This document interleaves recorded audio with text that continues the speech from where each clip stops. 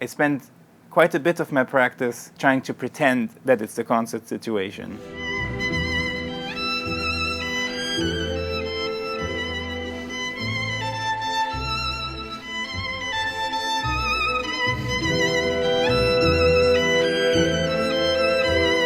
Our next interview in this series about how different professional musicians organize their practice is with somebody very special. I wanted to talk to an international soloist who has to keep a bunch of concertos in their repertoire to be ready to play with different professional orchestras. So I was lucky enough to connect with Augustin hadelich, a violin soloist who has played concertos with Boston, Cleveland, New York Phil, Montreal, all sorts of orchestras all over the world. And not only does he have to keep a bunch of the standard concertos in his repertoire all the time, but he's getting commissions for new works and he's learning new concertos for different orchestras. So my goal was to figure out how he manages all that repertoire so that he can be ready for playing with one orchestra and then the next weekend playing with another orchestra, etc. So my first question was just that. How does he keep up all of that repertoire and still give great performances week to week? Because when I first started out playing so much and trying to juggle a lot of repertoire, I sort of made the mistake of trying to practice everything at once and then actually not being completely in with my mind in the piece that I'm performing at the moment. I asked him, how did he fix that?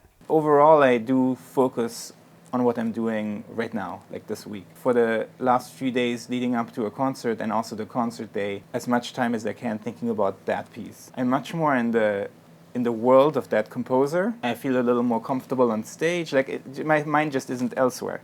And also when there's a stylistical switch, I want to play Mozart different from Ligeti, right? So it would be, might not be great if I practice Ligeti all day and then walk on stage trying to play a Mozart concerto. It might just not sound the same way. I think this is why actors do it, actually, these method actors. It's very easy to play that role. You kind of are completely immersed within it, within that role and don't leave it. So I know that somebody's practice system and routine has to be a reflection of how their brain works and who they are, their strengths and weaknesses. So I asked him what kind of special things does he have to do for himself to prepare for performance? So one thing that I learned is that it's quite useful to be very aware of how I breathe in rehearsal and make sure that it's the same in concert. Some people think it's a bit eccentric, but since it's a passage that I might feel uncomfortable in the concert playing, but during my preparation I will actually plan where I breathe in, where I breathe out. So I usually breathe in before the first note, actually. And breathe out as I get to the frog.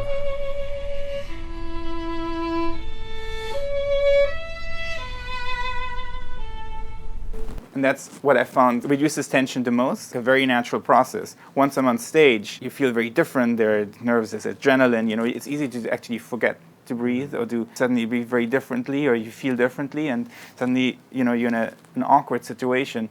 If you actually then have something like this to fall back on, how you breathe in and out, before you know it, you will actually feel pretty much the way you used to. Augustin not only practices breathing for a performance, but he also practices body choreography to get ready for the specific demands of any given performance. You might find that because on stage suddenly your posture is like a little different or you're a little more tense or something, and it feels different. That might be another place where I might try to practice in such a way that then the concert would be as similar as possible. This weekend I'm playing a Ligeti concerto, which certainly has passages in it that are kind of extreme. I wouldn't even say that all of them are necessarily harder than what you find in conventional repertoire, but they're just different. Like before you learn this piece, you never had to do that, basically. And there's a lot of time when you have to do these kind of harmonic glissandi, but they're measured.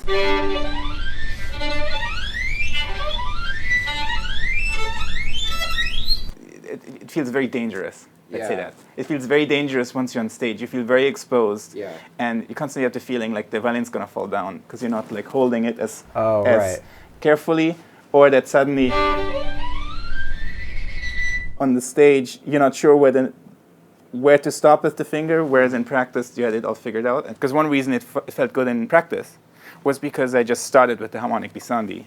And then I got into a position that was comfortable, and then I was like, fine.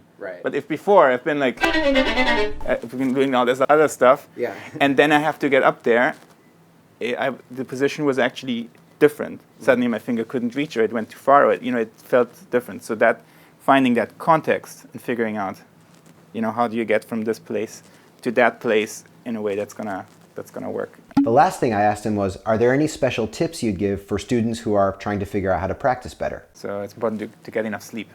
Oh, okay. Definitely something that I'm very aware. When I show up somewhere for a rehearsal, I'm really aware. Like if I slept well on once I'm playing the instrument, it can feel like everything is much, much harder than usual. Okay. Or it's the feeling of, wow, today if everything's going really well, there's often a connection to how well rested I am. So I'd like to say thank you so much to Augustin hadelich for explaining your practice system. This interview that I did with Augustin is part of a longer form interview that I did with him and 4 other professional musicians for our new course, Organize Your Practice. Your practice session is one of the most important things that you could tweak and adjust in order to affect your long-term progress. If you figure out a way to solve problems more effectively or to waste less time, and you multiply that over days, weeks, months, and years, then that could have a very real impact on your future skill level. We just put out a course called Organize Your Practice, in which I'll show you how to create a practice schedule, manage your daily practice session, and how to keep it all together even when things get busy, even when things get off track. And this is a perfect chance during this time when we're all at home to really get your organizational systems together. If you can practice in a more organized way, then you can ultimately become a better musician through your practicing systems themselves. It's a self-study course, but if you enroll by Monday night at midnight, you'll be invited to join the Organize Your Practice Club, which includes live sessions with me and a community of musicians to support you as you go through your goals to organize your practice. If you're interested in learning more about the Organize Your Practice course, you can go to robknopper.com/organize-your-practice. Awesome. If you like this video, hit the thumbs up below, subscribe to my channel, and I will see you in the next video.